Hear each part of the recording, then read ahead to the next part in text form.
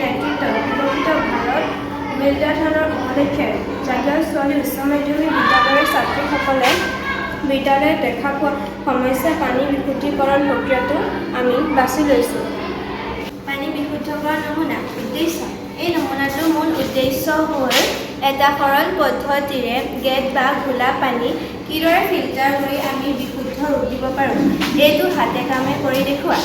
ইয়াত ব্যৱহৃত সামগ্ৰীসমূহ হৈছে থাৰ্মোকোল, ডাঠ কাৰ্ডবোৰ্ড, প্লাষ্টিকৰ গ্লাছ 5টা, তাৰপিছত ষ্ট্ৰ', ডাঙৰ শিলগুটি, সৰু শিলগুটি, বালি, কপাহী কাপোৰ আৰু ঘোলা পানী।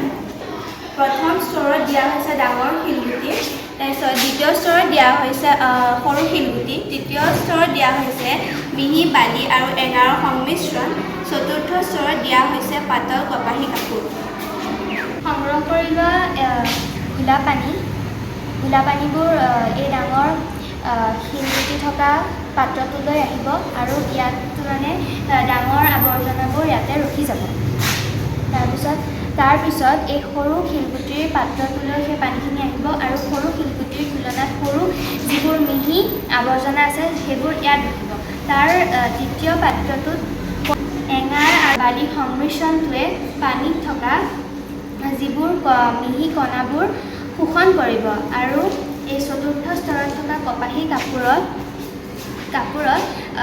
পানীবোৰ থকা যিবোৰ ঘোলা আৰু মিহি ঘোলাবোৰ ইয়াতে পৰিষ্কাৰ হ'ব আৰু এই পাত্ৰটোত পৰিষ্কাৰ পানী আহিব।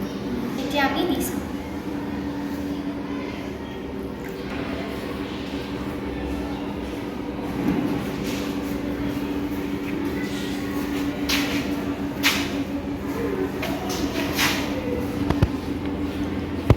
অপৰিষ্কাৰ পানী খোৱাৰ ফলত আমাৰ বিভিন্ন ধৰণৰ ৰোগ হ'ব পাৰে। আমি সকলোৱে জানো যে পানীয়েই হৈছে প্ৰাণীৰ প্ৰাণ।